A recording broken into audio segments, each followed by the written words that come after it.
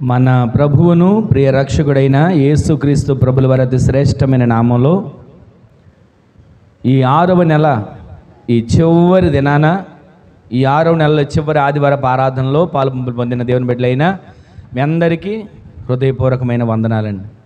అందరికీ వందనాలు. దేవుడు మనలను మన కుటుంబాలను ఎంతవరకు కంచెవేసి కాపాడి ఆయన సజీవమైన రెక్కల నీడలో భద్రపరిచి 6 నెలల పాటు 182 రోజుల పాటు ఆయన కృప కలిగిన రెక్కల నీడలో భద్రపరిచిన దేవునికి ఒక క్షణం అందరి చేతులెత్తి స్తోత్రం చెప్తాం. హల్లెలూయా, హల్లెలూయా.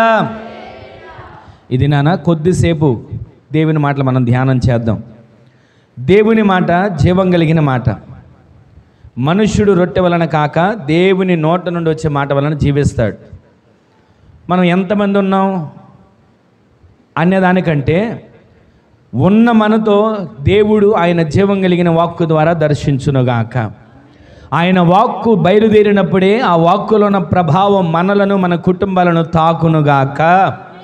ఒక మాట చదువుదాం చూడండి. మీకా ప్రవచన గ్రంథం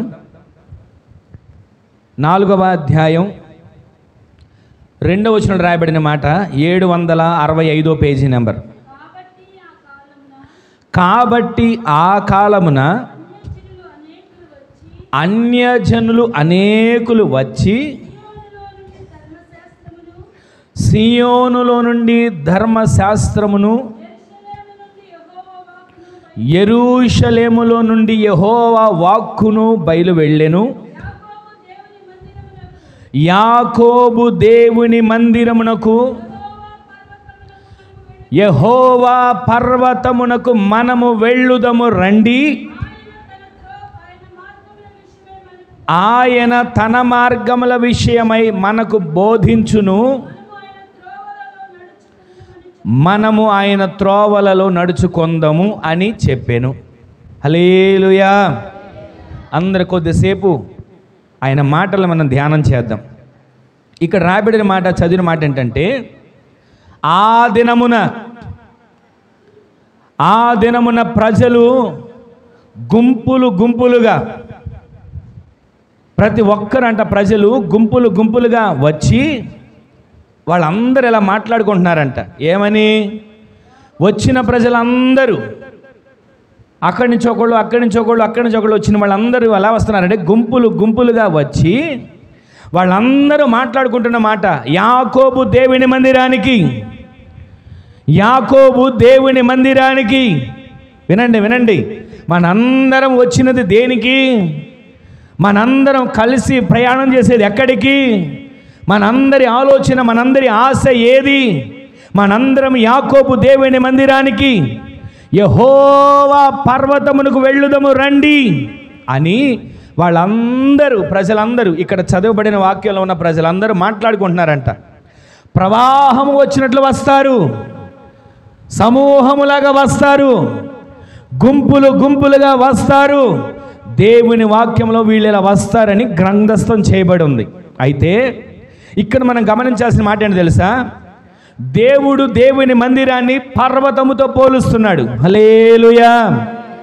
ఆయన మందిరాన్ని పర్వతంతో పోలుస్తున్నాడు. దేవుని మందిరం, యెహోవా పర్వతం. ఈ రోజున ఇక్కడున్న ఈ మాటలు మనం ధ్యానిస్తున్న మన హృదయాల్లో దేవుని మందిరం అంటే ఏంటి, యెహోవా పర్వతం అంటే ఏంటి? జనులు ఎవరు? గుంపులు గుంపులుగా ఎందుకు వస్తున్నారు? ప్రవాహం వల్ల ఎందుకు వస్తున్నారు? వాళ్ళందరూ వచ్చి ఎందుకు మాట్లాడుకుంటున్నారు? యాకోబు దేవుని మందిరానికి వెళదాం, యెహోవా పర్వతానికి వెళదాం. అసలు అక్కడికి వెళ్తే ఏమవుతుంది? ఏమైనా భోజనాలు పెడతారా? అక్కడికి వెళితే ఏమవుతుంది? ఏదైనా సంబరాలు చేస్తున్నారా? అక్కడికి వెళితే ఏమవుతుంది? ఏదైనా ఆనందాలు ఆర్భటాలు చూపిస్తున్నారా? ఈ రోజున ఇక్కడ మనం వింటున్నటువంటి ఈ మాట, ఈ రోజున ఇక్కడ మనం గ్రహిస్తున్నటువంటి ఈ వాక్కు, ఈ రోజున ఇక్కడ మనం ధ్యానిస్తున్నటువంటి ఈ మాట మన హృదయాలలో దేవుడు స్థిరపరచునుగాక. యాకోబు దేవుని మందిరం, యెహోవా పర్వతం. ఎందుకు వస్తున్నారు? మొదటి వచనం చదవండి. అంత్య దినములలో యెహోవా మందిర పర్వతము పర్వతముల శిఖరమున స్థిరపరచబడి కొండల కంటే ఎత్తుగా ఎత్తబడగా ప్రవాహము వచ్చినట్లు జనులు దానిలోనికి వచ్చెదరు. దేవునికి ఏ మహిమ కలుగును గాక. దేవుని మందిరం అంట పర్వతములన్నిటికంటే పైన, దేవుని మందిరం పర్వతాలన్నిటికంటే ఎత్తున, ఒక ఎత్తైన పర్వత శిఖరం, ఒక ఎత్తైన పర్వతము. ఆ శిఖరాన వీరందరూ కూడా అక్కడ స్థిరపరచబడిన వారిగా మార్చబడాలని ఈ ప్రజలందరి ఆశ, ఈ ప్రజలందరి ఆలోచన ఏంటంటే మేము పర్వతము మీద స్థిరపరచబడాలి, దేవుని మందిరము మీద మేము స్థిరపరచబడాలి. దేవుని మందిరములో మా ఆశలు ఆలోచనలు ఆయన తీర్చేవాడు, ఆయన మమ్మల్ని జ్ఞాపకం చేసుకునేవాడు, ఆయన మమ్మల్ని దర్శించేవాడు. అక్కడికి మేము వెళతాము, అక్కడ ఆయన మా హృదయ వాంఛలను తీరుస్తాడని ఒక ఎత్తైన పర్వతం మీద స్థిరపరచబడాలని ప్రజలు గుంపులు గుంపులుగా ఒక ప్రవాహం వలె మందిరంలోకి వస్తారని ఆ ప్రజలు వస్తూ ఉన్నారు. ఇక్కడ ప్రజలు అంటారు, మనము యాకోబు దేవుని మందిరానికి వెళదాం, మనము యెహోవా పర్వతానికి వెళదాం. ఎందుకంటున్నారు? దావీదు భక్తుడు కూడా ఒక కీర్తనలో ఒక మాట అంటాడు, 122 కీర్తనలో, యెహోవా మందిరమునకు వెళ్ళుదుమని జనులు నాతో అనినప్పుడు నేను బహుగా సంతోషించాను. ఎందుకంటున్నాడు ఆయన? యెహోవా మందిరానికి వెళదాం అని ప్రజలంటేనే నాకు సంతోషం. యెహోవా మందిరానికి వెళదాం అని ఒకరితో ఒకరు పురిగొలుపుకొని వెళ్తూ ఉంటే నాకు సంతోషం. ఎందుకయ్యా నీకు సంతోషం? యెహోవా మందిరంలో ఏదైనా నీకు గౌరవాలు చేస్తున్నారా?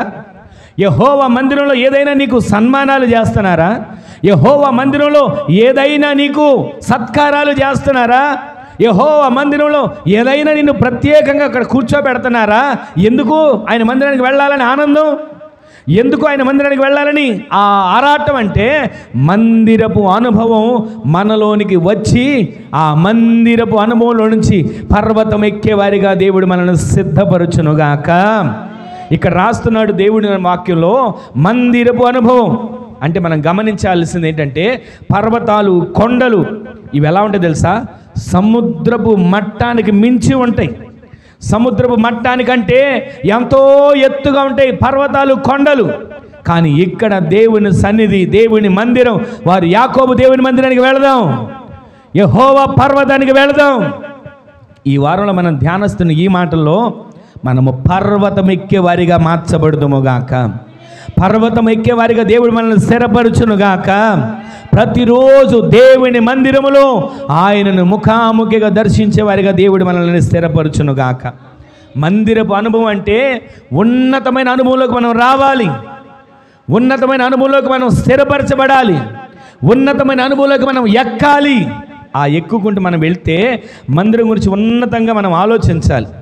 మందిరమా మాకు తెలిసిందేలేండి, మందిరమా మేము చూసిందేలేండి, మందిరమా మేము ప్రతిరోజు అక్కడికి వెళ్ళేదేలేండి అని అనుకుంటుంటాం. కానీ మందిరం విషయంలో ఒక ఉన్నతమైన అనుభవం దేవుడు మనకి దయచేయునుగాక. పర్వత అనుభవంలోకి మనల్ని దేవుడు నడిపించునుగాక. అందరూ ఆలోచించినట్లుగా ఆలోచించడం కాదు, అందరూ ప్రయాసపడినట్లుగా ప్రయాసపడడం కాదు, అందరూ యోచించినట్లుగా యోచించడం కాదు. మన మాట, మన తలంపులు, మన ఉద్దేశాలు అవన్నీ కూడా లోకస్తులు ఆలోచించిన ఆలోచనలుగా కాక మన ఆలోచనలన్నీ భిన్నంగా ఉండునుగాక, మన ఆలోచనలన్నీ ఉన్నతంగా మార్చబడునుగాక. మన ఆలోచనలు ఉన్నతంగా మార్చబడాలంటే ఒక మాటను మీకు జ్ఞాపకం చేస్తాను. యేసుక్రీస్తు ప్రభులు వారు లోకాసు వార్త 10వ అధ్యాయంలో ఈ మాటలు మనకు కనబడతాయి. యేసుక్రీస్తు ప్రభులు వారు ఒక ప్రాంతానికి వచ్చారు. తరచుగా ప్రాంతానికి వస్తూ ఉండేవారు.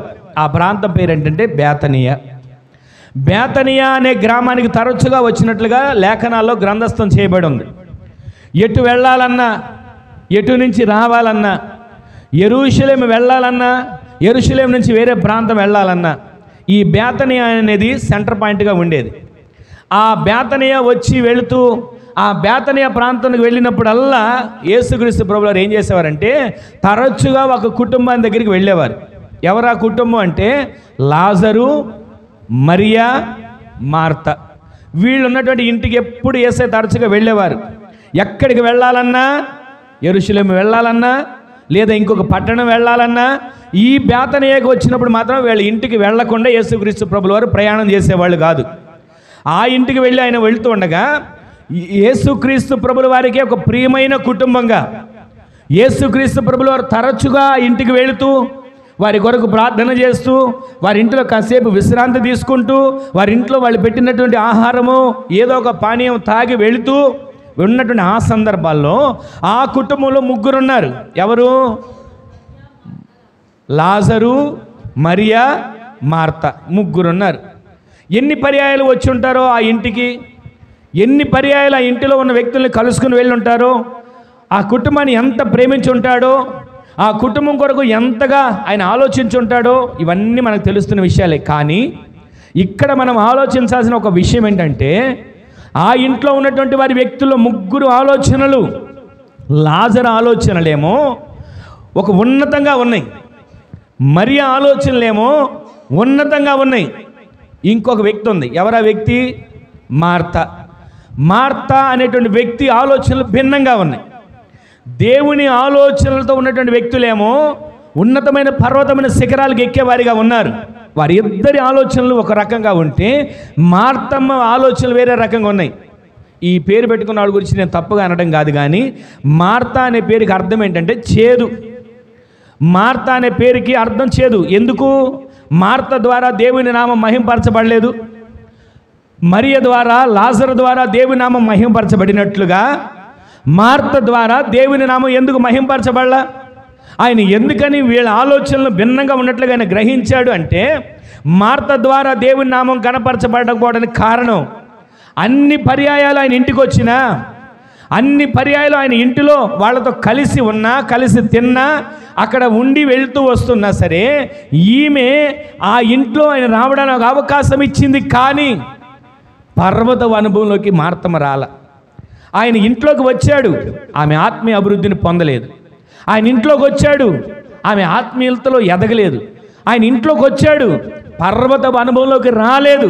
ఎందుకు రాలేదంటే, ఇక్కడ మనం గమనించాలి, ఆమె ఏమైనా వాక్యం తెలియని వ్యక్తా? మార్తమ్మ ఏమైనా వాక్యం తెలియని వ్యక్తా? వాక్యం గ్రహించని వ్యక్తా? అసలు వాక్యమే తెలియకుండా, ప్రార్థన తెలియకుండా, యేసయ్య తెలియకుండా ఉన్న వ్యక్తా? ఏం కాదు. ఆమె నోరు తెరిచిందంటే వాక్యలే మాట్లాడేది. ఆమె నోరు తెరిస్తే వాక్యాన్నే బోధించేది. ఆమె కొన్నిసార్లు అంటూ ఉండేది యేసుక్రీస్తు ప్రభువారితో కూడా, పునరుద్ధానము గురించిన ఆలోచనలే, పునరుద్ధానము గురించిన మాటలే. ఎప్పుడు చూసినా అయ్యా పునరుద్ధానంలో లేస్తాడుగా, పునరుద్ధానంలో ఒక దినాన నా తమ్ముడు లేస్తాడుగానే మాటలే, సియోనుని గురించిన మాటలే. ఆమె నోరు తెరిచిందా వాక్యానుసారంగానే మాట్లాడిద్ది. ఆమె మాట మొదలుపెట్టిందా వాక్యానుసారంగానే ఉంటుంది. ఆమె ఒక మాటని ప్రస్తావించాలని ప్రారంభించిందా వాక్యానుసారంగానే ఉంటుంది. కానీ వాక్యానుసారంగా ఉంటున్నప్పటికీ, వాక్యానుసారంగా మాట్లాడుతున్నప్పటికీ మనసంతా చేదుతో నింపబడినట్లుగా ఇక్కడ కనబడతా ఉంది. గమనించండి, మరియా లాజరును యేసుక్రీస్తు ప్రభుల వారు ఘనపరిచినట్లు మార్త విషయంలో ఎక్కడ కనబడలా.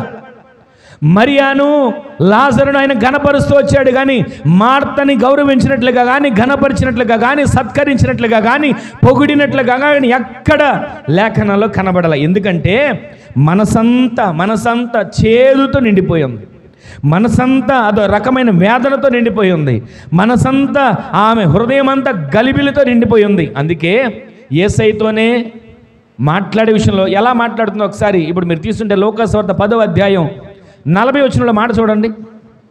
లూకాసు వార్త 10వ అధ్యాయం 40వ వచనంలో ఆ మాట మనం చూస్తే, మార్త విస్తారమైన పని పెట్టుకొనుట చేత తొందరపడి ఆయన యొద్దకు వచ్చి, ప్రభువా నేను ఒంటరిగా పని చేయుటకు, ఇదిగో నా సహోదరి నన్ను విడిచిపెట్టిందయ్యా, నీకేమాత్రం బాధ్యత లేదా? నీకేమాత్రం చింత లేదా? నాకు సహాయం చేయమని చెప్పి ఆమెతో చెప్పు. ఎవరామె? 39వ వచనం చదవండి ఇప్పుడు.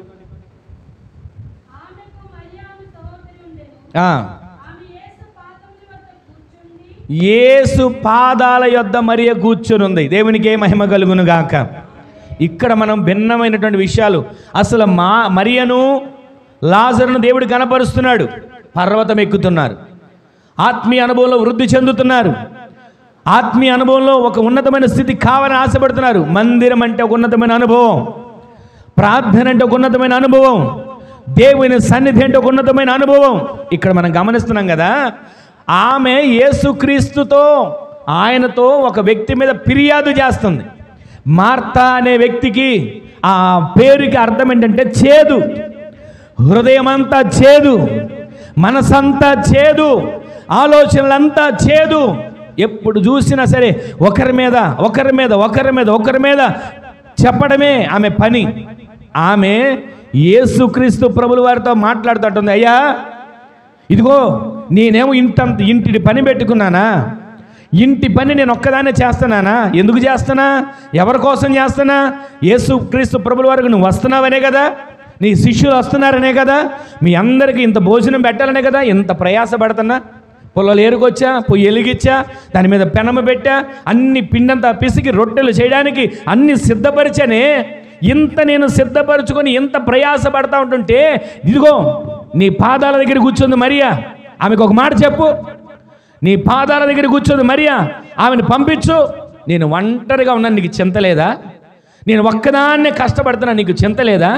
నేను ఒక్కదాన్నే ప్రయాసపడుతున్నా, నీకు చింత లేదా? నేను ఒక్కదాన్నే బాధపడుతున్నా, నీకు చింత లేదా? అని సాక్షాత్తు సర్వశక్తి కలిగిన దేవునితోనే, భూమి ఆకాశములను సృజించిన దేవునితోనే ఆమె ఇంట యేసుక్రీస్తు ప్రభుల వారు ఉంటే వెంటనే ఆయనతో చెప్తుంది, నీకు చింత లేదా? నీ పాదాల దగ్గర కూర్చుందయ్యా పని ఎగ్గొట్టి, నీ పాదాల దగ్గర కూర్చుందయ్యా పని చేయకోకుండా, నీ పాదాల దగ్గర కూర్చుందయ్యా పనంతా నా మీద వదిలేసి, నీకు చింత లేదా? ఆమెను పంపించు, ఒక్కడి బీగి నా దగ్గరికి పంపించు అన్నట్లుగా ఆమె ఎదుటి వ్యక్తి గురించి సాకులు చెప్పినట్టుగా లేఖనాలు కనబడుతుంది. దేనికోసం ఈ ప్రయాస అంతా? ఆమె చేసే ప్రయాస అంతా దేనికోసం? ఒక్క పూట ఆహారం కోసం. దేనికోసం ఆమె చేసే ప్రతి ప్రయాస అంతా? భౌతికమైన ఆహారం కోసం, భూ సంబంధమైన ఆహారం కోసం. వాటి కోసం ఆమె ప్రాకులాడుతున్నట్లుగా మనకి లేఖనాల్లో కనబడుతుంది. ఆమె ప్రాకులాడంతా ఈ లోక సంబంధమైనటువంటి ఆహారం కోసమే.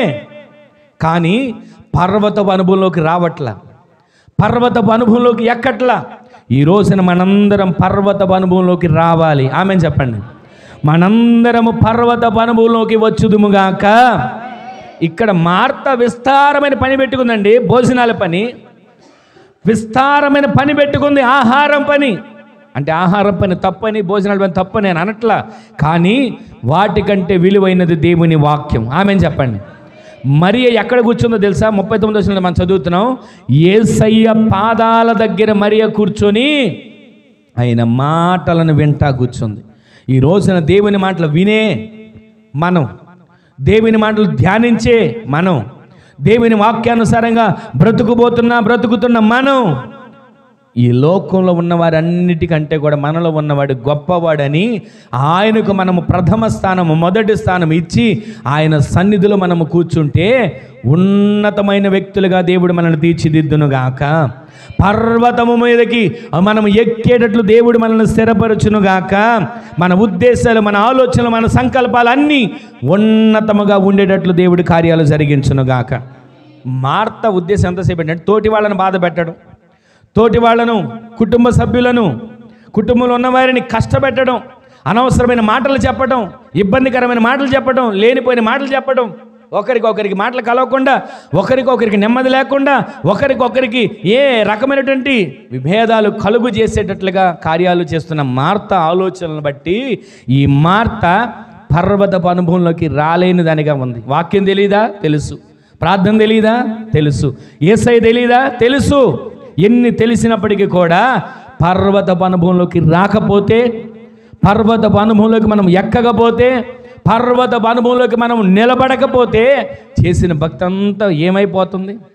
చేసిన ప్రార్థన అంతా ఏమైపోతుంది? ఈ రోజున మనం గమనించాల్సింది ఇటువంటి ప్రతిరోజు కూడా ఈ కార్యాలు మనం వింటున్నటువంటి ఈ వ్యక్తి జీవితంలో ఉన్నాయంటే దాని అర్థం ఈ వ్యక్తి ఇంకా పర్వతపు అనుభవంలోకి రాల. ఒక్కసారి మీరు గమనించండి.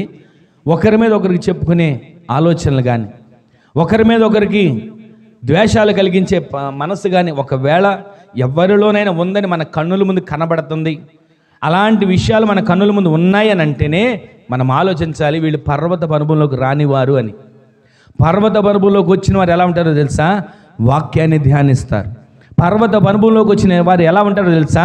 యేసయ్య పాదాల చెంత కూర్చుంటారు. పర్వతపు అనుభవంలోకి వచ్చిన వారు ప్రతిరోజు దేవుని ముఖ దర్శనాన్ని చేస్తారు. ఆమె చెప్పండి. అలాంటి కృప దేవుడు మనందరికీ దయచేయునుగాక. తన తోడబుట్టిన సహోదరి ఎవరామె? మరియా. తన తోడబుట్టిన ఆమె అయినా సరే ఆ చిన్నదే ఒకవేళ ఏదైనా చిన్నదో పెద్దదో తప్పు చేసింది అనుకోండి, ఏదైనా తప్పు చేసింది అనుకోండి, చేసిన దాన్ని అక్క ఏం చేయాలి? సరిపెట్టుకోవాలి, సర్ది చెప్పుకోవాలి. అంతేగాని ఇదిగో నీకు చింత లేదా, ఆమెను పంపించు, నేను ఒక్కదాన్నే కష్టపడుతున్నా, నేను ఒక్కదాన్నే ప్రయాసపడుతున్నా, నేను ఒక్కదాన్నే ఇబ్బంది పడుతున్నా అని యేసయ్యకు ఫిర్యాదు చేస్తుంది. పక్కనున్న మనుషుల్ని కొట్టడం, తిట్టడం, పక్కన ఉన్నటువంటి మనుషుల్ని బాధించడం, ఇవన్నీ కూడా మార్తా అనుభవాలు. ఇవన్నీ కూడా లోకంలో చాలామందిని చూస్తుంటాం కదా, ప్రతిరోజు కూడా భార్యను బాధించే వాళ్ళు ఉంటారు, భర్తను హింసించే వాళ్ళు ఉంటారు. ఇలాంటి కార్యక్రమాలన్నీ ఒకవేళ ఇంకా జీవితాల్లో ఉంటున్నాయి అని అంటే మనం పర్వతపు అనుభవంలోకి రాలా. దేవుని మందిరానికి వచ్చి ఏం లాభం? దేవుని మందిరం అంటే పర్వతపు అనుభవం, దేవుని సేవ పర్వతపు అనుభవం, దేవుని పరిచర్య పర్వతపు అనుభవం. దేవుని సన్నిధిలో ఈ పర్వతపు అనుభవంలోకి మనం వచ్చేటట్లు దేవుడే సహాయం చేయునుగాక. మనమందరం పర్వతపు అనుభవంలోకి వచ్చుదుముగాక, ఆత్మీయ జీవితంలో ఎదుగుదుముగాక, ఉన్నతముగా మనం ఆలోచనలు దేవుడు మార్చునుగాక. ఇక్కడ వింటున్నటువంటి ప్రతి మాటలు కూడా మనం గమనిస్తే ఆ మార్త అనుభవం మనం ధ్యానం చేస్తున్నాం. ఈ మార్త ఎంతసేపు విస్తారమైన పని పెట్టుకుంటుంది, విస్తారమైనటువంటి పనులన్నీ పెట్టుకుంటుంది, కానీ విలువైన వాక్యాన్ని వినడానికి మాత్రం రావటం లేదు. విలువైన దేవుని మాటలు, అసలు యేసుక్రీస్తు ప్రభుల వారు దొరకడమే అదృష్టమే, ఆయన నా ఇంటికి రావడమే నా భాగ్యమే, ఆయన నా ఇంట్లో ఆయన కూడుకొని ఆయన మాటలు బోధిస్తుంటే నేను విస్తారమైన పనులు పెట్టుకున్నానే. ఈ విస్తారమైన పనుల కంటే ఆయన నోటి నుండి వచ్చే ప్రతి జీవపు వాక్కు నాకు కావాలని ఆయన పాదాల చెంత చేరిన మరియ వలె మనమందరం ప్రతిరోజు దేవుని పాదాల చెంత చేరుదుముగాక. ప్రతిరోజు ఆమె నోరు తెరిస్తే పునరుద్ధానం గురించి మాట్లాడుతుంది. పునరుద్ధానమందు మృతులందరూ సజీవులై లేస్తారయ్యా, పునరుద్ధానమందు అందరూ సజీవులుగా లేస్తారు అని ఈ మాటలే యేసయ్యకే ప్రసంగం చేస్తుంది ఆమె. యేసుక్రీస్తు ప్రభువారికే ప్రసంగం చేసి, కానీ ఆమె మనసంతా చేదుతో నిండిపోయింది. ఈ రోజుల్లో గొడవలు ఎక్కడ మొదలవుతాయి తెలుసండి? ఇంట్లో గొడవలు ఎక్కడ మొదలవుతాయి? చిన్న తినే తిండి దగ్గర, వేసుకునే బట్టల దగ్గర, ఆస్తుల దగ్గర, పదవుల దగ్గర గొడవలు మొదలయ్యి ఆ కుటుంబాల్లో సమాధానం లేకుండా, నెమ్మది లేకుండా గొడవలతో నా కుటుంబాలు నడిపించబడతా ఉంటాయి. ఈ రోజున మన ఇంట్లో ఆస్తి ఉన్నా లేకపోయినా, అంతస్తులు సంపాదించినా సంపాదించకపోయినా, ప్రతిరోజు దేవుడిచ్చిన కృపతో ఆ రోజుకు సరిపడా అన్న వస్త్రాలు దేవుడు మనకిచ్చిన దాన్ని బట్టి ఆయనను స్తుతిస్తూ ఆయన పాదాల చెంత మనము చేరుదుముగాక. నా కుటుంబం కదా, నా కుటుంబమే కదా, నా కుటుంబ సభ్యులే కదా, నా సంఘమే కదా, నా తోటి విశ్వాసులే కదా, నా తోటి సేవకులే కదా అని ఒకే భావం అందరిలో కలిగి ఒకే మనస్సుతో నా దేవుని మందిరంలో ఉన్నాను, మేమందరం ఒక దేవుని బిడ్డలం, ఒక తండ్రికి బిడ్డలం అని మనందరం కూడా ఒకే మనసుతో ఆత్మీయ జీవితంలో కొనసాగుదుముగాక. నేను ఎప్పుడు మీకు చెప్తాను ఉంటాను, మనందరం కూడా ఒకరు ఎక్కువ ఒకరు తక్కువని కాదు, మనందరం కూడా దేవుని దృష్టిలో అయిన బిడ్డలం. ఇక్కడ మనం గొప్పలు పోవడానికి, ఇక్కడ మనం హెచ్చించుకోవడానికి ఏముందండి? ప్రతిరోజు కూడా మనము ఆయనను పోలి నడుచుకుని, ఆయన మాదిరిని చూపించి, ఆయన రూపంలో చేయబడి ఆయన కొరకు జీవించే వారిగా దేవుడు మార్చునుగాక. ఆయన పాదాల చెంత నిలిచేవారిగా దేవుడు మనల్ని స్థిరపరచునుగాక. అందుకే మార్త ద్వారా దేవుని నామం మహింపరచబడలా, మార్త ద్వారా దేవుని నామం గణపరచబడలా. నీకు మాట చెప్పనా? విస్తారమైన వర్షం పడిందండి. అక్కడ భూమి ఉందనుకోండి, అవసరమైతే పచ్చది గడ్డి మొక్కైనా వస్తుంది. ఒక బండ ఉంది, ఆ బండ మీద వర్షం కుమ్మరించినా, బిందుతో నీళ్లు తీసుకెళ్ళి పోసినా దాంట్లోంచి ఏ మొక్క రాదు, ఏ రకంగా ఫలభరితంగా మార్చబడదు. ఎన్ని నీళ్ళైనా పోయండి, అది పోస్తూ ఉంటే నేను తాగుతా అన్నట్లుగా నీళ్ళు కింద పోస్తూనే ఉంటాయి, దానివల్ల ఏ ఉపయోగం ఉండదు. అలాగే బండ నుండి ఎలాంటి ఫలాలు రావు, రాతి బండ నుంచి ఏ రకమైనటువంటి మేలు కలగట్ల.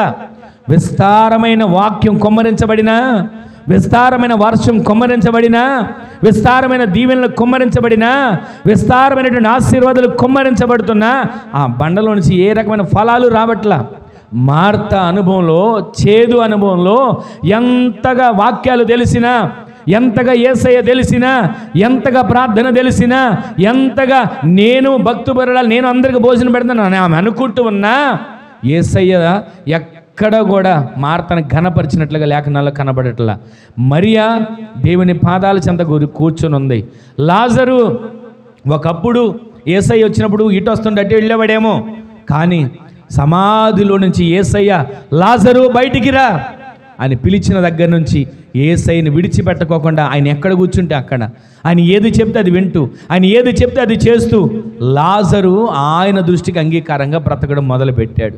మరియా యేసయ్య పాదాల దగ్గర కూర్చొని ఆయన స్వరాన్ని, ఆయన మాటలను, ఆయన వాక్యాన్ని, ఆయన చెప్పే ప్రసంగాన్ని వింటూ ఆమె కూర్చుంది. మార్త మాత్రం విస్తారమైన పనులు పెట్టుకుంది. యేసయ్య ఎన్నో పర్యాయాలు ఆ ఇంటికి వచ్చినా కూడా ఏ మేలు పొందలేకపోయింది మార్త.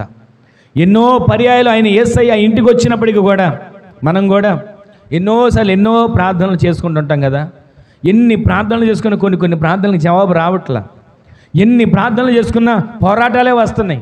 ఎన్ని ప్రార్థనలు చేసుకున్నా సమస్యలే వస్తున్నాయి. ఎన్ని ప్రార్థనలు చేసుకున్నా ఇబ్బందులు, ఇరుకులు, ఇక్కట్లే కలుగుతున్నాయి. దీనికి కారణం ఏంటో తెలుసా? పర్వతపు అనుభవంలోకి మనం ఇంక ఎదగకపోవడం. పర్వతపు అనుభవంలోకి మనం ఎదగకపోవడం దానికి కారణం. ప్రతిరోజు ఈ రోజు నుంచి మందిరపు అనుభవంలోకి, పర్వతపు అనుభవంలోకి, ఉన్నతంగా ఆలోచించే అనుభవంలోకి దేవుడు మనల్ని హెచ్చించునుగాక. ఆత్మీయ పరిపక్వత మనలోకి కలుగునుగాక. యేసయ్యతో యుగ యుగాలు జీవించే వారిగా ఆ అనుభవంలోకి మనము మార్చబడుదుముగాక. పర్వత పనువులకు మనం వస్తే ఇశ్రాయేల్ దేశంలో ఒక మాట మీకు జ్ఞాపకం చేస్తా. ఒక చిన్నది తన తండ్రి ఇంట, తన తల్లి ఇంట ఉంటుండగా సిరియా దేశం వాళ్ళు వచ్చి ఆ ప్రాంతానికి వచ్చి ఇశ్రాయేల్ దేశంలో అందరినీ, కుటుంబాల్లో ఉన్నటువంటి అందరినీ చంపుతూ చిన్నపిల్లలను కొంతమందిని చెరబట్టుకొని తీసుకుని వెళ్ళిపోతున్నారు. ఆ దేశంలో, ఆ ప్రాంతంలో ఒక చిన్నది ఉందండి. ఆ చిన్నది ఏం చేసిందంటే తన తల్లిదండ్రులను తన కళ్ళ ముందు చంపేశారు. తన ఊరి నుంచి తనను చెరబట్టుకొని తీసుకుని వెళ్ళిపోయారు. వెళ్ళిపోయినప్పటికీ కూడా ఆ చిన్నది ఆ ఇంట్లో ఆ వ్యక్తి భార్యకి పరిచర్య చేసే వ్యక్తిగా మార్చబడింది. ఈ ఇశ్రాయేల్ దేశంలో ఒక చిన్న పాప, ఇశ్రాయేల్లో చిన్నది అని రాయబడింది, తన కళ్ళ ముందే తన తల్లిని, తండ్రిని, కుటుంబ సభ్యులందరినీ చంపేశారు. ఆ సిరియా దేశంలో ఉన్నటువంటి సైన్యం వచ్చి దేశమంతటిని ధ్వంసం చేయడమే కాక తన కుటుంబాన్ని, తన వాళ్ళందరినీ కళ్ళ ముందు చంపేశారండి. చంపేసి ఈ చిన్నదాన్ని కూడా చంపాలి. కానీ ఈ చిన్నపిల్లలను కొంతమందిని వారు చెరబట్టుకుని వారి ఊరికి బానిసలుగా తీసుకుని వెళ్ళిపోయారు.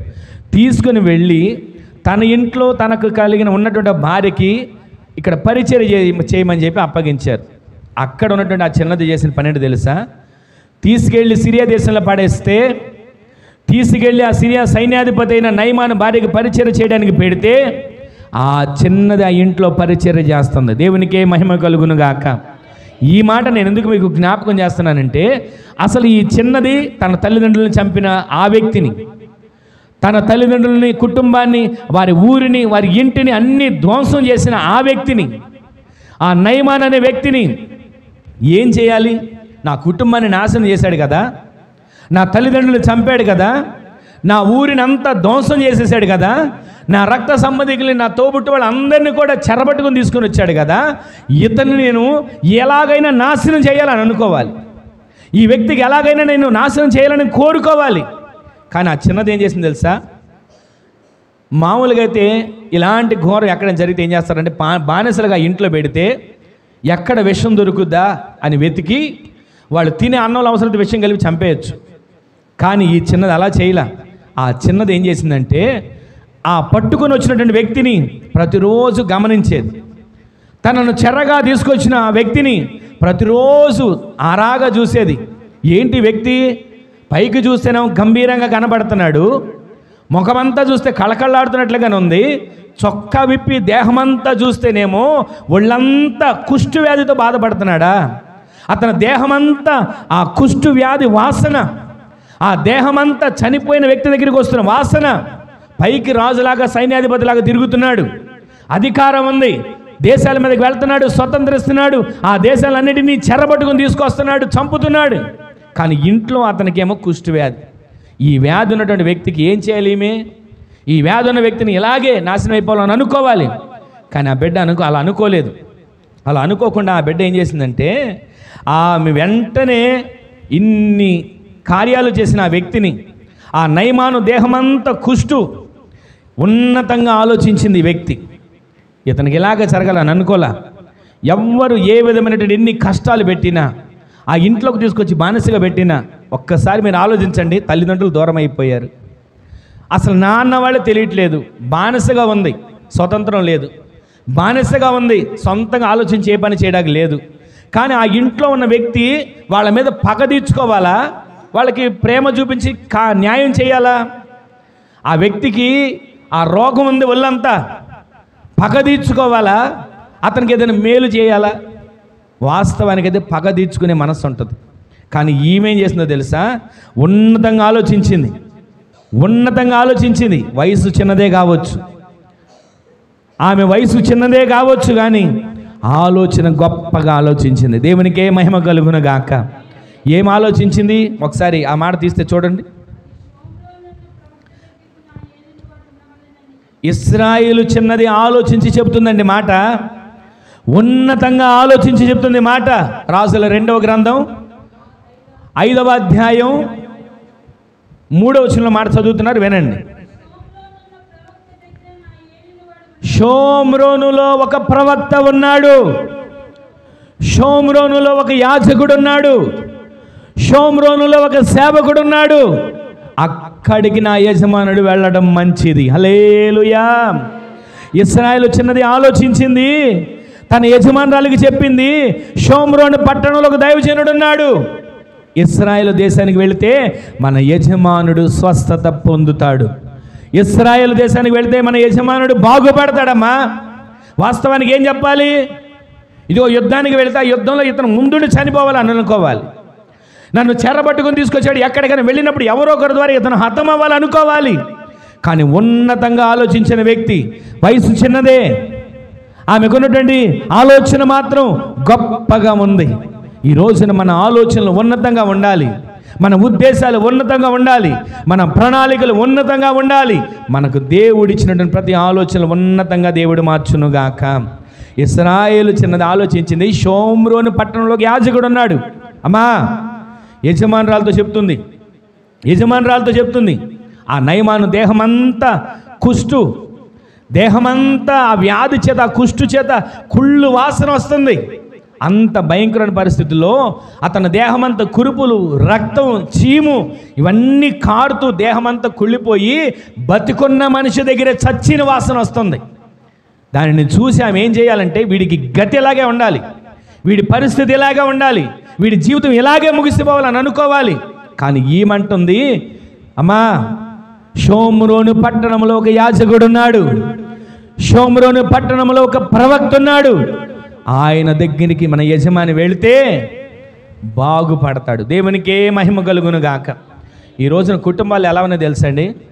ఒకరు శుభ్రంగా బాగుపడ్డారంటే వారం లేని వారిగా, ఒకరు శుభ్రంగా మంచి బట్టలు కట్టుకున్న వారం లేని వారిగా, ఒకరు శుభ్రంగా మంచి ఉద్యోగం చేసుకుంటున్న వారం లేని వారిగా, ఈ విధంగా కుటుంబాలు కొనసాగుతూ ఇలాగే ఒక ప్రాంతంలో ఒక కుటుంబం, బాగా డబ్బున్న కుటుంబం, అన్ని విషయాల్లో సమృద్ధిగా ఉన్న కుటుంబం, ఆ కుటుంబంలో ఉన్నటువంటి ఆ ఇంట్లో వెళ్ళాలంట.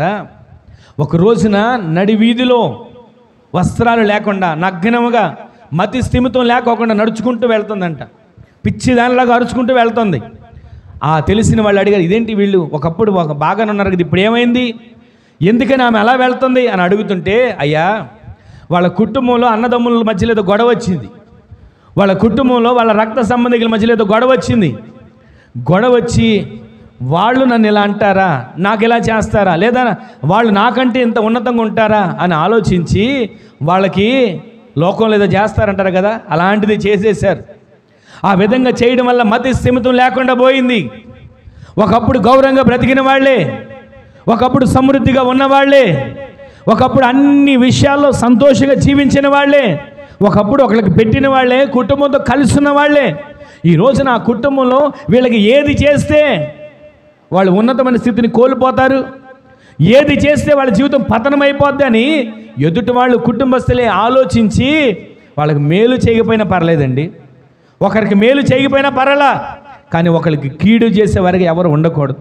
ఆ కుటుంబంలో వారి మీదకి చేయవలసిందంతా చేపిస్తే మతి స్థిమితం లేకుండా రోడ్డు మీద నగ్నంగా పిచ్చవాళ్ళలాగా తిరగడం మొదలుపెట్టారు. ఇప్పుడు మీరు చాలామంది రోడ్డు అంటే వెళ్తున్నప్పుడు చూస్తారు కదా, ఆ రోడ్డు అమ్మతో వెళ్తున్నప్పుడు కొంతమంది వస్త్రాలు ఉండవు, కొంతమందికి అసలు తెలియదు, నవ్వుతుంటారు, వెళ్తుంటారు, ఒంటి నిండా దుమ్ముతో ఉంటారు, ఎక్కడ ఏది తింటారో ఎక్కడ ఎలా పడుకుంటారో వాళ్ళకే తెలియదు. వర్షం వస్తున్నా వర్షం తడుస్తుంటారు, మంచు పడుతున్నా నానుతుంటారు, ఎండలకి ఎండుతుంటారు. దీనికి కారణం ఏంటో తెలుసా? కుటుంబంలో ఒకరినొకరు ఓరవలేక పగ ప్రతీకారాల చేత కక్ష సాధించడం కోసం వాళ్ళ మీదకి చేస్తున్న ప్రయోగాలు. దీని ద్వారా కుటుంబాలు చిన్నాభిన్నం అయిపోతున్నాయి. కానీ ఈ వ్యక్తి తన కుటుంబాన్ని పాడు చేసినా, తన తల్లిదండ్రులను చంపినా, ఆ కుటుంబంలో ఉన్న వాళ్ళందరిని చెరబట్టుకుని తీసుకుని వచ్చి ఇంట్లో బానిసగా పెట్టిన ఆ బిడ్డ అంటుంది, ఉన్నతంగా ఆలోచిస్తుంది, వయసు చిన్నదే, ఆలోచన గొప్పగా ఆలోచిస్తుంది. అమ్మా, నా కుటుంబాన్ని నాశనం చేసేటి వీడికి ఎలాగా జరగాలి, నా తల్లిదండ్రులను చంపేటి వీడికి ఎలాగా జరగాలి, నా దేశాన్ని పాడు చేశాడు, నా ఊరిని పాడు చేశాడు, నా ఇంటిని పాడు చేశాడు, వీడికి ఎలాగా జరగాలి అని అనట్లేదు. వెంటనే ఏమంటుంది, షోమ్రోనులో ఒక ప్రవక్త ఉన్నాడు, ఈ దేహంలో ఉన్నటువంటి ఈ రోగం పోవాలంటే, ఈ కుష్టు రోగం బాగోవాలంటే ఎన్ని మందులు వాడిన అవ్వదు, షోమ్రోనులో ఒక ప్రవక్త ఉన్నాడు, అక్కడికి వెళ్ళమను. ఈ రోజున ఆమె ఆలోచన ఉన్నతంగా ఉందండి. ఈ రోజున మన ఆలోచనలు ఉన్నతంగా మార్చబడి, ఉన్నతమైన ఆలోచనలతో మనం నడిపించబడి, ఉన్నతమైన ఉద్దేశాలతో మనము ప్రతి దినము కూడా జీవితంలో ముందుకు సాగుదుముగాక. ప్రతిరోజు కూడా యెహోవా మందిరం, యాకోబు దేవుని మందిరం, యెహోవా పర్వతం, ఈ ఉన్నతమైన పర్వతపు అనుభవాల్లోకి మనము వచ్చుదుముగాక. లాజరు వలె, మరియ వలె దేవుని పాదాల చెంత మనము కూర్చునే ఉన్నతమైన అనుభవం రావాలి. షోమ్రోనులోకి ఉన్నటువంటి ఆ వ్యక్తి, ఇశ్రాయేలు దేశంలో ఉన్నటువంటి ఆ వ్యక్తి చెర పట్టుకొని తీసుకుని వెళ్ళినప్పటికీ కూడా శత్రువును కూడా పగ సాధించకుండా ప్రేమించి ఆ శత్రువు కూడా బాగుపడాలి అని కోరుకున్న ఆ చిన్నదాని వలె ఉన్నతమైన పర్వతం మనం ఎక్కేవారిగా మార్చబడదుముగాక. ప్రతి విషయంలో ఇప్పటికి కూడా జరుగుతున్నాయి. ఈ రోజుకు కూడా అలాంటి కార్యక్రమాలు జరుగుతున్నాయే. ఒకరు పచ్చగా ఉన్నారంటే వారవలేక, ఒకరు నెమ్మదిగా జీవిస్తున్నారంటే వారవలేక, ఒకరు సుఖంగా ఉంటున్నారు, డబ్బు సంపాదించారంటే వారవలేక, వీళ్ళు ఏమైనా ఇస్తున్నారా లేకపోతే వాళ్ళు ఏమైనా వీళ్ళకి ఇస్తున్నారా? ఎవరి కష్టం వాళ్ళు అనుభవిస్తున్నారు. వాళ్ళు చేసుకునే పనిని బట్టి దేవుడు తీర్పు తీరుస్తాడు. ఒకవేళ వాళ్ళు ఏదైనా అన్యాయంగా సంపాదిస్తే ఒకరినొకరు వారవలేక పగ సాధించుకొని, ఒకరినొకరు వారవలేక పగలు పెంచుకొని, కక్షలు పెంచుకొని కుటుంబాలను సర్వనాశనం చేసేవారిగా మార్చబడుతున్నారు. ఈ రోజున ఈ అనుభవాలు మనలో ఉండకుండా షోమ్రోనులో ప్రవక్త ఉన్నాడని చెప్పగలిగిన ఆత్మీయ పర్వతము మనం ఎక్కగలిగే వారిగా దేవుడు నిలబెట్టునుగాక. ఇశ్రాయేలు దేశంలో ఉన్న ఆ చిన్నది దేవుని సన్నిధిలో దేవుని మాటలను చెప్పగలిగేటువంటి పర్వతం ఎక్కింది. ఈ రోజున ఈ మాటలు వింటున్న మన జీవితంలో, ఈ మాటలు ధ్యానిస్తున్న మన జీవితంలో ఎంతవరకు కూడా పర్వతం ఎక్కుతున్నాం కానీ అనుభవంలోకి వస్తున్నామా? పర్వతం ఎక్కుతున్నాం, ఆ పర్వత అనుభవంలో నివాసం చేయగలుగుతున్నామా? ఒక్క మాట మీకు చదివించి నేను ప్రార్థన చేస్తాను. చూడండి, యెషయా గ్రంథం 25వ అధ్యాయం 7వ వచనం 8వ వచనం రాయబడిన మాట. పర్వతపు అనుభవంలోకి ఎక్కితే మనకేం జరుగుతుందో ఈ మాటను మీకు చూపించి నేను వచ్చే వారం వీటిని వివరిస్తాను. చదవండి, 25వ అధ్యాయం 7, 8 వచనాలు. సమస్త జనముల ముఖములను కప్పుచున్న ముసుగును, సమస్త జనముల మీద పరచబడిన తెరను ఈ పర్వతము మీద ఆయన తీసివేస్తున్నాడు. మరెన్నడూ ఉండకుండా మరణమును ఆయన మృంగి వేస్తున్నాడు. మన ప్రభు అయిన యెహోవా ప్రతివాని ముఖముల మీది బాష్ప బిందువులను తుడిచివేస్తున్నాడు. భూమి మీద నుండి తన జనుల నిందలను ఆయన తీసివేస్తున్నాడు. ఈ 3 కార్యాలు మన జీవితంలో జరుగునుగాక. ఇంతవరకు మనం విన్నటువంటి మాటలో పర్వతపు అనుభవం ఎక్కడానికి మెట్లు, పర్వతపు అనుభవం ఎక్కడానికి మనం ఆత్మీయ జీవితంలో యేసయ్య పాదాల చెంత కూర్చోవాలి. ఆత్మీయ జీవితంలో దేవుని వాక్యాన్ని వినాలి. ఆత్మీయ జీవితంలో దేవుని సన్నిధిలో ఆయన ముఖ దర్శనం చేస్తూ, ఆయన బోధన వింటూ, ఆయన వాక్యానుసారంగా జీవించే వారిగా మనము మార్చబడుదుము గాక. పర్వతము ఎక్కాలంటే రెండవ అనుభవం ఏంటంటే, మనము పగ సాధించేవారిగా కాదు, ప్రేమించేవారిగా మార్చబడుదుము గాక. ప్రేమించడం అంటే లోకాన్ని ప్రేమించడం కాదు, లోకంలో ఉన్నటువంటి ఆశల్ని ప్రేమించడం కాదు. దేవుడు మనకు ఏదైతే వాక్యానుసారంగా పాపిని ఆయన ప్రేమించాడు, కానీ పాపాన్ని ఆయన ప్రేమించాల. ప్రతిరోజు కూడా ఆమె పగ సాధించకుండా చిన్నది ఆ వ్యక్తిని ఏ విధంగా ప్రేమించి షోమ్రోన్లో ప్రవక్తున్నాడు, అక్కడికి వెళితే ఈయన బాగుపడతాడు అని చెప్పిందో, అదేవిధంగా మనము ఒకవేళ మనకు కీడు చేసిన వాళ్ళు మన ఎదురుగా ఉండొచ్చు, మనకు అన్యాయం చేసిన వాళ్ళు మన ఎదురుగా ఉండొచ్చు, మనకు ద్రోహం చేసిన వాళ్ళు ఉండొచ్చు, మనల్ని నష్టం చేసిన వాళ్ళు ఉండొచ్చు, కానీ వాళ్ళని కూడా మనము పగ సాధించే వారిగా కాక దేవుని ప్రేమను చూపించే వారిగా మనల్ని మార్చుకొందుము గాక. ఉన్నతంగా ఆలోచించే వారిగా మందిరపు అనుభవంలోకి, పర్వతపు అనుభవంలోకి మనము ఎక్కుదుముగాక. ఆ పర్వతం అనుభవంలోకి ఎక్కితే ఇక్కడ 3 కార్యాలు జరుగుతున్నాయి. ఆ 3 కార్యాలు ఏంటంటే, ఒకటి, మరణ వేదనను దేవుడు తొలగిస్తున్నాడు, ఆమెను చెప్పండి. మరణాన్ని ఆయన మృంగి వేస్తున్నాడు, ఆమెను చెప్పండి. రెండవది ఏం చేస్తాడో తెలుసా? పర్వతం అనుభవంలోకి వస్తే ప్రతివాని బాష్ప బిందువులను ఆయన తుడుస్తాడు. ఏ కన్నీరు ఉంది, ఏ వేదన ఉంది, ఏ దుఃఖం ఉంది, ఏ కలవరం ఉంది, ఆ కన్నీటిని మనుషులు తొడగపోవచ్చు, ఆ కన్నీటిని బంధువులు తొడగపోవచ్చు, ఆ కన్నీటిని మనం కట్టుకున్న వాళ్ళు కూడా తొడవకపోవచ్చు, కానీ మన కన్నీటిని బాష్ప బిందువులను ఆయన తుడవబోతున్నాడు. మూడోది ఏం చేస్తున్నాడు తెలుసా? మన నిందలు. ఏ నిందలు ఉన్నాయి భూమి మీద? అడుగు వేస్తే నిందలు, నడిస్తే నిందలు, పరిగెడితే నిందలు, బండి మీద వెళ్తే నిందలు, బస్సులో ప్రయాణం చేస్తే నిందలు, ఎక్కడ చూసిన ఏ నిందలు ఎదురవుతున్నాయో ఆ నిందలన్నిటినీ కూడా దేవుడు కొట్టివేయునుగాక. ఈ పర్వతపు అనుభవంలోకి, మందిరపు అనుభవంలోకి మనము ఎక్కగలిగేటువంటి కృప దేవుడు అనుగ్రహించునుగాక. ఈరోజు 2 మాటలు విన్నాం. పర్వతపు అనుభవంలోకి వెళ్ళడానికి మరియా లాజరు వలె దేవుని పాదాల చెంత మనము కూర్చొని ఆయన మాటలు వినేవారిగా మార్చబడుదుముగాక. విస్తారమైన పనులు ఉన్నాయి, పనులు చేసుకోవద్దని నేను అనట్లా. విస్తారమైన పనులు ఉన్నాయి, జీవనోపాధి పని చేసుకోవాలి, కష్టపడాలి. ఈ పనులన్నిటితో పాటు దేవుని పని, దేవుని సన్నిధిలో గడపడం, దేవుని సన్నిధిలో వాక్యం ద్వారా ఆయన సన్నిధిలో ఆయనతో మాట్లాడడం, దేవుని సన్నిధిలో ప్రార్థన ద్వారా ఆయన వేడుకోవడం, ఇవన్నీ కూడా మనం ఆయన సన్నిధిలో కూర్చుంటే సమస్తాన్ని మనకు తేటపరిచి పర్వతపు అనుభవంలోకి దేవుడు తీసుకొని వెళ్ళునుగాక. రెండవది, పగ సాధించేవారిగా కాక శత్రువుని కూడా మనం ప్రేమించేవారిగా, శత్రువుని కూడా మనం క్షమించేవారిగా, మనకి నష్టం కలుగు చేసిన వారిని కూడా మనము క్షమించేవారిగా దేవుడు మనకు అట్టి మనస్సును దయచేసే పర్వతపు అనుభవంలోకి మనం దేవుడు ఎక్కించునుగాక. ఈ విధంగా ఈ మెట్లు మనం ఎక్కితే ఏం జరుగుతాయో రేపు వచ్చే వారు వినబోతున్నాం. ఒకటి, మరణ వేదనలు దేవుడు తొలగిస్తాడు. రెండవది, ప్రతివాని బాష్ప బిందువులు ఆయన తుడుస్తాడు. మూడవది, ఆయన మనకొచ్చిన ప్రతి నిందలను దేవుడు కొట్టివేయునుగాక. ఈ కార్యాలు మనం జరగాలంటే మనము పర్వతం ఎక్కేవారిగా మార్చబడుదుము గాక. పర్వతపు అనుభవంలోకి మనం ఎదిగేవారిగా మార్చబడుదుము గాక. మూలవాక్యాన్ని ఒకసారి చదవండి. మీకా ప్రవచన గ్రంథం 4వ అధ్యాయం 2వ వచనంలో చివర రాయబడిన మాట, యాకోబు దేవుని మందిరమునకు, యెహోవా పర్వతమునకు జనులు వెళ్ళుదుమని ఒకరికొకరు అనుకుంటున్న మాటలు.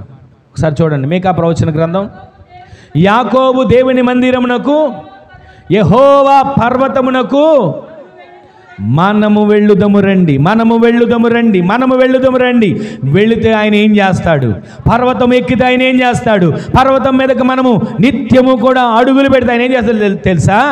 ఆయన మనకు ఏ మార్గంలో నడవాలో ఆ మార్గముల విషయమై దేవుడే మనకు బోధిస్తాడు. గట్టిగా ఆమేన్ చెప్పండి.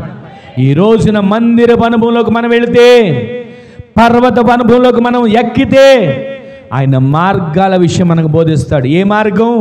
వాక్యం అనే మార్గం. జీవితంలో ఎలా దేవునిలో ఎదగాలో ఆ మార్గం, ఆత్మీయతలో మనం ఎలా స్థిరపరచబడాలో ఆ మార్గం దేవుడు మనకు బోధిస్తాడు. ఆ బోధించేటప్పుడు ఆయన పాదాల దగ్గర మరియ వలె మనం ఆయన పాదాల దగ్గర కూర్చోవాలి. ఆ బోధించేటప్పుడు దేవుని సన్నిధిలో ఉన్న ఆయన ప్రేమను మనం చూపించేవారిగా షోమ్రోను దేశం నుంచి పట్టబడి వెళ్ళిన చిన్నదాని వలె మన ఆత్మీయ జీవితంలో ప్రతిరోజు కూడా అట్టి మనస్సు, అట్టి కృప, అట్టి ధన్యత దేవుడు మనందరికీ దయచేయునుగాక. ఈరోజైనా ఈ మాట విన్న తర్వాత అయినా యాకోబు దేవుని మందిరం యెహోవా పర్వతంలోనికి వెళ్ళాలని ఆశ కలిగి ఉన్నామా? మందిరం పర్వతం ఎక్కాలనే తపన మనలో ఉందా? ఒక్క క్షణం అందరూ మోకరించండి, ప్రార్థన చేసుకుందాం. ఒక్క క్షణం అందరూ మోకరించండి, ఒక చిన్న ప్రార్థన చేసుకుందాం. యాకోబు దేవుని మందిరం యెహోవా పర్వతంలోకి మనం ఎక్కేవానిగా మార్చబడాలి. యాకోబు దేవుని మందిరం యెహోవా పర్వతం మీదకి మనం ఎక్కే అనుభవంలోకి రావాలి. ఈ రోజున దేవుడు మాట్లాడుతున్న మాట. ఒక్క క్షణం ఎవరికి వారే ఒక చిన్న ప్రార్థన చేసుకోండి. ఎవరికి వారు ఒక చిన్న ప్రార్థన చేసుకోండి. ప్రార్థన చేసుకోండి. దేవుని మందిరమునకు, యాకోబు దేవుని మందిరమునకు, యెహోవా పర్వతమునకు వెళ్ళుదము రమ్మని జనులు అనుకుంటున్నారు. ప్రవాహం వలె వస్తున్నారు. ఆ పర్వతానికి వస్తే దేవుడు ఒక్కొక్క మెట్టు మనల్ని ఎక్కించబోతున్నాడు.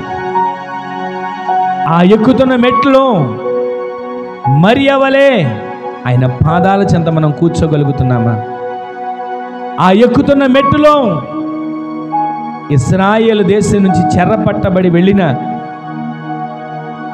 ఆ చిన్నదాని వలె దేవుని ప్రేమను చూపించగలుగుతున్నామా? ఒక్క క్షణం ఆలోచించి ఒక చిన్న ప్రార్థన చేసుకోండి. నేను దేవుని మందిరానికి వెళ్ళాలయ్యా, యెహోవా పర్వతం నేను ఎక్కాలి, ఆ ఉన్నతమైన అనుభవంలోకి నేను నడిపించబడతాను. అలా నడిపించబడితే పర్వతం మీదకి వస్తే దేవుడు మరణాన్ని మృంగివేసి జీవాన్ని ప్రసాదిస్తాడు. పర్వతం మీదకి వస్తే బాష్ప బిందువులను దేవుడు తుడిచివేసి సంతోషాన్ని కలుగజేస్తాడు. ఆ పర్వతం మీదకి వస్తే నిందలను, అవమానాలను దేవుడు కొట్టివేసి నూతన ఆనందం, నూతన సంతోషం దేవుడు దయచేస్తాడు. ఒక్క క్షణం పర్వతం మీదకు రావడానికి మార్గాన్ని ఇది నాకు చూపించారయ్యా. వాక్యం దగ్గర నేను కూర్చోవాలి, వాక్యం దగ్గరే నేను ప్రతిరోజు నీ పాదాల చెంత నేను గడపాలి. ఆ విధమైన కృప నాకు దయచేయండి. పగ సాధించేవానిగా కాదయ్యా, శత్రువును కూడా ప్రేమించేవానిగా నేను మార్చబడతాను. ఆ విధమైన కృప నాకు దయచేయండి. అంటే ఒక్క క్షణం ఒక చిన్న ప్రార్థన చేసుకోండి. ఒక చిన్న ప్రార్థన చేసుకోండి. ప్రార్థన.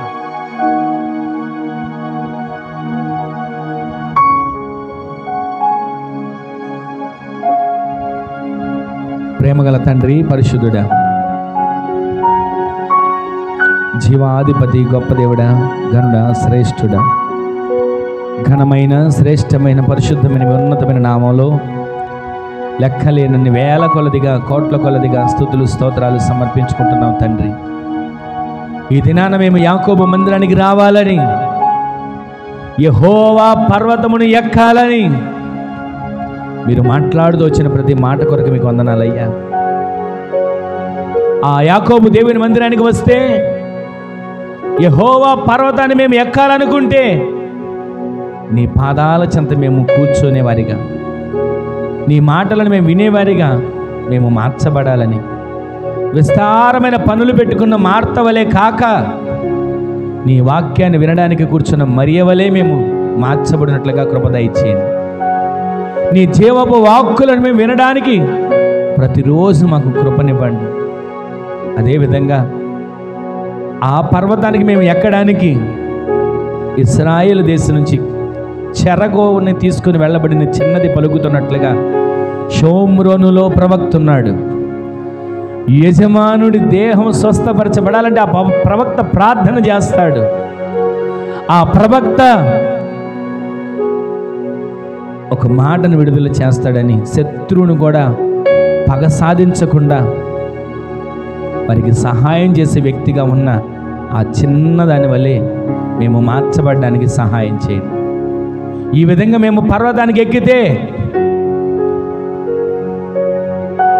మీరు మరణాన్ని మృంగివేసి మాకు జీవాన్ని ఇస్తారని, ఈ విధంగా మేము పర్వతానికి ఎక్కితే మా బాష్ప బిందువులను తుడిచి సంతోషాన్ని కలుగజేస్తారని, ఈ విధంగా మేము పర్వతానికి ఎక్కితే మా నిందలు అవమానాలు కొట్టివేసి సంతోషంతో నింపి ప్రతి దినము నీ ముఖాన్ని చూసే భాగ్యాన్ని దయచేస్తారని మీరు మాట్లాడుతూ వచ్చిన ప్రతి మాటలన్నిటిని బట్టి మీకు వందనాలు చెల్లిస్తూ ఈ దినాన అడుగుపెట్టిన ప్రతి ఒక్క బిడ్డలను ఆశీర్వదించండి అయ్యా. అననుకూలమైన వాతావరణంలో కూడా వచ్చిన బిడ్డలందరినీ జ్ఞాపకం చేసుకోనండి. వారి కుటుంబాలను దీవించండి. ఈ వారమంతా రేపటి నుంచి రాబోతున్న నెలలో అడుగు పెడుతుండగా, క్రొత్త నెలలో అడుగు పెడుతుండగా నీ కృప తోడుగా ఉంచి ప్రతి వాని చేతి పనులను సమృద్ధిగా దయచేయండి. ఆశీర్వదించండి. కుటుంబాలను నెమ్మదిని దయచేయండి. ఏ అవసరతలు వచ్చారో బలహీనతలు ఉన్న వారి బలహీనతలు తొలగించండి. హాస్పిటల్లో ఉన్న బిడ్డలను మీరు స్వస్థపరచండి. ఇక్కడ ఏ బలహీనతలతో బిడ్డలు ఉన్న వారిని మీకు పరిపూర్ణమైన ఆరోగ్యాన్ని ప్రసాదించండి. గర్భిణీ స్త్రీలను జ్ఞాపకం చేసుకోండి. పరిపూర్ణమైన బలమును, శక్తిని, ఆరోగ్యాన్ని దయచేయండి. తల్లికి బిడ్డకి క్షేమాన్ని దయచేయండి. అలాగే ఏ బలహీనతలు ఎవరు ఉన్నా ప్రతి బలహీనతలు దూరపరిచి నీ కృపతో నింపండి. పర్వతపు అనుభవంలోకి, మందిరపు అనుభవంలోకి బిడ్డలు నడిపించబడగలిగే కృప దయచేయండి. వారమంతా కావలసిన కృపా క్షేమాలు ప్రతి ఒక్కరికి దయచేసి మహిమను పొందమని, ఆరాధనలో పాలుపంపులు పొంది ప్రతి బిడ్డలను పేరు పేరున దీవించి నీ రాకడ కొరకు సిద్ధపరచండి. ఘనత, మహిమ, ప్రభావాలు మీకు ఆరోపించుకుంటూ నజరేయుడైన యేసుక్రీస్తు పరిశుద్ధమైన శక్తి గల నామంలో స్తుతించి ప్రార్థించి అడిగి వేడుకొని పొందుకొని ఉన్నాము తండ్రి. ఆమేన్, ఆమేన్, ఆమేన్. మన తండ్రి అయిన దేవుని యొక్క ప్రేమ, కుమారుడైన ప్రభువైన యేసుక్రీస్తు వారి యొక్క కృప, మహాకనికరం, పరిశుద్ధాత్మ దేవుని యొక్క అన్యోన్య సహవాసమైన సన్నిధి ఇప్పుడు నువ్వు ఎల్లప్పుడూ నిరంతరము మనకును మనవలే ప్రార్థించే సకల పరిశుద్ధులకును కృప సదాకాలం సమృద్ధిగా తోడై ఉండునుగాక. ఆమేన్. హల్లెలూయా, హల్లెలూయా, హల్లెలూయా. అందరికీ మరొకసారి వందనాలు. దేవుడు మిమ్మల్ని, మీ కుటుంబాలను దీవించునుగాక. ఆమేన్.